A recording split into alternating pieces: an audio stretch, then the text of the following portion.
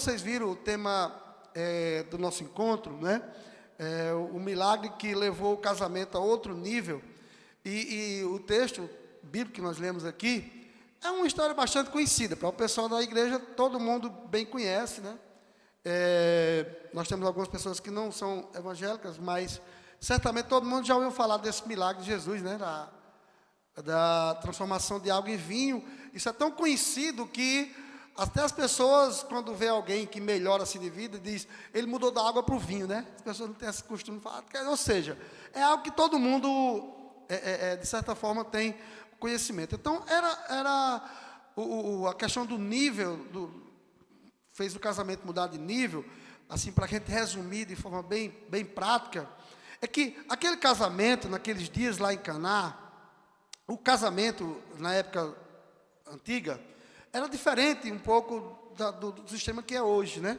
Hoje a gente tem a festa de casamento, o pessoal faz aqueles convites e tal, o pessoal vai lá, tem a cerimônia, tem um jantar, uma recepção, né? Alguma coisa assim. Naquela época não era bem assim, era bem diferente a situação. Então, a festa de casamento, dependendo das condições dos noivos, ela poderia durar 2 semanas, 3 semanas ou até um mês. E durante esse período, era festa direto. E os noivos tinham que bancar toda a comida e bebida para os convidados durante todo esse período. E isso era uma grande honra para os noivos e fazia com que eles fossem respeitados na sua comunidade. Então, o que aconteceu nesse caso, quando Jesus... Lembre que aqui Jesus só estava há 3 dias que ele estava reunindo os discípulos. Por isso que tinha o 3º dia, porque durante 2 dias ele estava reunindo os discípulos e aqui era o 3º dia. Ainda não estava com o time completo, né? Era pouco tempo de convivência, ou seja, nem mesmo os discípulos tinham ideia de quem era Jesus. E Maria, então, foi convidada, juntamente com Jesus, para esse casamento, lá em Caná, na Galileia. E esse fato de o vinho ter acabado era algo, assim, muito desastroso. Vamos imaginar aqui, na nossa realidade de hoje, certamente vocês, todo mundo que já foi em casamentos, né? Eu não sei se vocês já passaram por alguma situação inusitada em algum casamento, mas vocês imaginem aí alguma coisa assim bem traumática que acontecesse durante um casamento, a ponto de deixar um trauma permanente na vida dos noivos. Você imagine aí alguma situação, e você imagine que naquela época era isso que aconteceria com aqueles noivos. Seria uma decepção em uma cidade pequena, né, um povoado, e de repente aqueles noivos organizarem o casamento e ficar sem o vinho. Então, isso era um motivo de muita vergonha para aquele casal. E certamente criaria vamos dizer assim, um status negativo para aquela família durante toda a vida, porque era algo que marcava. Os costumes antigos são bem diferentes dos nossos. Hoje as coisas passam e as pessoas pouco dão importância, mas naquela época as coisas eram bem, né? Joãozinho da Maroca, que é dessa época aí, não de Jesus, né? Mas da época antiga, a gente sabe que as coisas ficavam mais marcantes, né? Então, algumas coisas eram bem marcantes no relacionamento. E, nesse caso aqui, era algo muito frustrante para o casal. Era algo muito decepcionante para o casal. Eles não conseguiram recepcionar bem os convidados.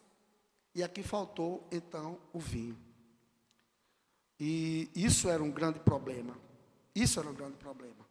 Mas aí veio uma solução. E Maria, ela vai e procura Jesus para falar desse problema. E muitas vezes a resposta que Jesus dá, muitas pessoas acham que é algo até mal criado, na maneira como ele... Mas o termo de Jesus chamar Maria de mulher naquele momento não é um desrespeito, muito pelo contrário. No aramaico era uma forma respeitosa de lidar com uma mulher. Que a palavra que ele utiliza seria mulher ou senhora. Ele diz, olha, ainda não é chegada a minha hora. Mas ela conhecia o seu filho. E ela sabia que ele não iria deixar aquela situação continuar. E Maria faz uma coisa muito importante. Por isso que ela é a mais bem-aventurada de todas as mulheres, né? Pela sua sabedoria, da maneira como a Bíblia diz que ela guardava tudo que ela viu daquela criança crescendo, tudo aquilo ela guardava no seu coração. E naquele momento, então, Maria olha para aqueles serviçais que estão ali e diz: faça tudo que ele mandar. Essa frase é incrível, pessoal. É incrível. Faça tudo que ele mandar. Ela sabia que Jesus iria fazer algo, né? E o que Jesus fez? Ele fez algo que eu fico imaginando para aqueles serviçais. Eu gosto de me colocar, sempre que a gente lê um texto antigo, a gente tem que olhar com a visão daquelas pessoas que vivenciaram isso. E eu fico imaginando aqueles serviçais acostumados, certamente em recepções, de trabalhar nas recepções, né? E de repente, Jesus chega, chama aqueles homens, e diz: olha, está vendo aquelas talhas? Era uns potes, para nós aqui seria como se fossem uns potes, que a gente entende melhor. Só que aqueles potes eram reservados para fazer a purificação das pessoas. A purificação eram algumas cerimônias que os judeus utilizavam. E Jesus manda que aqueles homens encham aquelas talhas de água. Existem algumas versões que esse mequetrefe que fala aí, para alguns era em torno de 30 a 40 litros que cada um comportava. Mas existem outras versões, a King James, no caso, que é a minha, ela coloca num nível bem acima disso. Ela coloca entre 80 e 130 litros cada pote daquele, né? Fato é, independente da quantidade, né? Isso vários tradutores vão trabalhar de forma errada. Até porque aqui, muita gente aqui teve pote em casa e sabe que de pote não existe bitola de pote. Tinha pote maior, pote menor, tinha pote de todo tamanho. Então, quando o cara fala de talha de purificação de Jerusalém, tinha uns que era desse tamanho, mas tinha uns que era menor. Então, o importante é que o que Jesus faz? Manda que coloque água naquelas talhas. E depois ele diz algo mais surpreendente. Tudo bem, colocar água naquelas talhas, os caras, ele mandou fazer, vamos fazer. Eu não sei o que ele vai fazer com essa água, mas vamos fazer. Mas depois ele diz: agora vai e leve ao mestre-sala. Ou seja, era aquela pessoa que coordenava toda a festividade. E eu fico pensando na cabeça daquele servo. Eu vou levar água, ele vai jogar essa água em mim. Mas aquelas pessoas, elas ouviram o que Maria falou. Façam tudo que ele vos disser. E aqueles homens pegaram aquele recipiente com aquela água, porque eles pegaram água.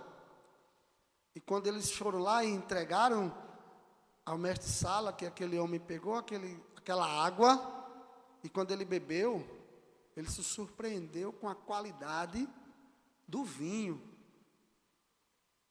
E ele disse: mas geralmente as pessoas, elas servem primeiro o vinho de boa qualidade, e quando o pessoal já está lá chamando Jesus de Genésio, de Germano, de Genero Humano, até você bota aquele mais fraco, aquele que já ficou mais... Mas vocês trouxeram agora o de melhor qualidade. O melhor vinho vocês trouxeram agora.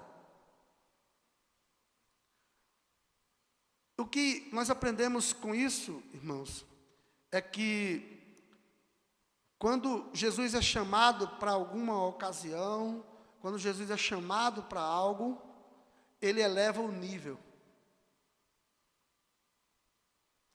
E aquela decepção que causaria para aquele casal, ou a qualidade da bebida servida, que agora não tinha mais, e algo que poderia ser traumático, foi transformado e elevado a um nível de superioridade, e eles ganharam respeito. Por quê? Porque ficou conhecido como o melhor vinho que foi servido. Então, o que nós podemos aprender e de forma bem sintetizada trazer para nossas realidades aqui como casais, quer sejam casados, noivos ou namorados, é que se nós convidarmos Jesus para que Ele venha fazer parte do nosso casamento, assim como aqueles noivos convidaram Jesus para o seu casamento, que possamos convidar Jesus para o nosso relacionamento. Eu nunca esqueci isso.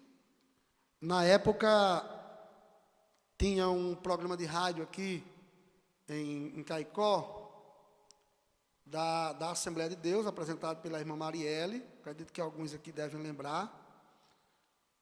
Ou talvez não, faz 37 anos, talvez o pessoal não lembra, não. Eu estou falando isso, mas a pessoa talvez não lembra. Só Henrique e Val. E quando nós foi anunciado no programa, né, que nós iríamos nos casar, e ela fez uma oração pelo casal, e ela disse: nós vamos orar para que esse casal, eles tenham um relacionamento cristocêntrico. Eu nunca esqueci isso, né? Ou seja, é quando você chama Jesus para o seu relacionamento, para estar presente no seu relacionamento. Eu sei que problemas vão surgir, como surgiu o problema lá do casal, dos noivos, né? Faltou vinho. Era um problema grave ali. Mas eles chamaram Jesus, Jesus estava ali. Jesus elevou o nível daquele casamento a um outro patamar, a um outro nível. Eu sei que nas nossas vidas, eu sei que muitas vezes vão acontecer algumas coisas, alguns problemas vão surgir, dificuldades vão acontecer. Esses problemas podem ser várias situações, mas uma coisa que nós certamente podemos fazer, meus irmãos, no nosso relacionamento, é, se Jesus estiver presente, Ele pode nos fazer com que a água possa virar vinho. Ele pode fazer isso na nossa vida. E o melhor vinho, pela sua presença. Nós elencamos aqui, é claro que a gente não vai ter condição de pormenorizar a todos, mas eu coloquei aqui alguns jarros, né? Algumas vasilhas, que muitas vezes elas são problemas que surgem no casamento, mas quero dizer para vocês que se nós chamarmos Jesus para estar no nosso relacionamento, certamente Ele pode fazer grandes milagres nas nossas vidas. Eu elenquei aqui como primeiro jarro, né? A ira. Muitas vezes nós, principalmente nesse mundo que nós vivemos, de tantas perturbações, de tantas ansiedades, tantas incertezas, muitas vezes nos falta paciência com o nosso companheiro, com a nossa companheira. Muitas vezes as intempéries da vida faz com que nós nos tornemos sem paciência. Lembrei agora da escola dominical, né? Paciência. E muitas vezes nós precisamos chamar Jesus para que Ele possa, irmãos, transformar esse nosso cálice de ira em um cálice de compreensão, de paciência, que vai fazer com que nós possamos suportar o nosso, eu não gosto da palavra cônjuge, né? Apesar de que nós vimos que cônjuge não é tão ruim assim, mas o nosso companheiro, a nossa companheira, aquela pessoa que compartilha conosco momentos que nós não temos condições nem queremos compartilhar com ninguém, a não ser com aquela pessoa. A gente poderia falar mais algumas coisas sobre essa questão da ira, da paciência, mas com vocês a gente vai correr um pouquinho. E o nosso segundo jarro, o nosso segundo cálice, muitas vezes é o cálice da decepção. Eu fico imaginando a decepção que aquelas pessoas poderiam ter naquele casamento se realmente não tivesse o vinho para que a festividade continuasse. E muitas vezes nós nos decepcionamos, como até Iraldi falou, às vezes a gente passa anos e anos e às vezes a gente não conhece bem a pessoa ainda com que nós convivemos, apesar de muitos tempos, e às vezes algumas coisas podem nos decepcionar, né? Mas quando Jesus está no relacionamento, até mesmo essa decepção, ela pode ser transformada em nossas vidas, meus irmãos, com esperança, com fé, que aquela pessoa, ela também tem seus defeitos, suas falhas, mas que ela foi aquela pessoa que Deus colocou para estar ao nosso lado. E quando Jesus está no relacionamento, mesmo essas decepções, elas podem ganhar uma nova realidade. O nosso terceiro jarro, ou a nossa terceira cálice, é algo bem interessante, a descrença. Muitas vezes nós vivemos num mundo hoje em que muitas vezes não acreditamos nas pessoas. Temos dificuldade de acreditar no ser humano, né, diante de tantas coisas que nós vemos. E que essa descrença que nós temos, essa falta de confiança que muitas vezes nós temos pelo nosso companheiro, pela nossa companheira, pelaquela pessoa que Deus colocou ao nosso lado, que isso possa se transformar em confiança. Que Jesus possa pegar essa desconfiança e transformar em algo totalmente diferente e de qualidade, que é uma confiança capaz de compartilhar todos os momentos. O nosso quarto jarro, a gente ia pormenorizar cada um desses itens bem detalhados, mas eu estou pensando que vocês estão entendendo exatamente o que a gente está passando, porque aí a partir daí vocês mesmos podem tirar as conclusões de vocês de acordo com a realidade de cada um, né? E uma das coisas que tem, vamos dizer assim, perturbado muito as pessoas hoje, no relacionamento, diante das intempéries e dificuldades da vida, é a ansiedade. Muitas vezes a ansiedade tem tirado a paz, a tranquilidade dos casais, tem transformado essa ansiedade muitas vezes em separações. E muitas vezes a pessoa não consegue entender quando o outro está passando por situações de cunho psicológico, como um problema de ansiedade. E muitas vidas têm sido afastadas, separadas por isso. Mas quando nós chamamos Jesus para o nosso relacionamento, Ele transforma essa ansiedade em paz. Ele nos traz a paz que nos eleva a um outro nível. E isso pode fazer o nosso relacionamento atingir um outro nível. Naquele casamento ali, certamente, se não tivesse Jesus aparecido, seria um momento de muita tristeza para aquele casal, para aqueles convidados, para as famílias. E muitas vezes a tristeza se abate sobre nós, no nosso relacionamento, por alguma coisa que acontece, alguma situação que está fora do nosso controle. E muitas vezes a tristeza e a amargura, a angústia, toma conta do nosso coração. E é nesse momento que a gente precisa novamente chamar Jesus para que Ele faça um milagre, mais uma vez, nas nossas vidas.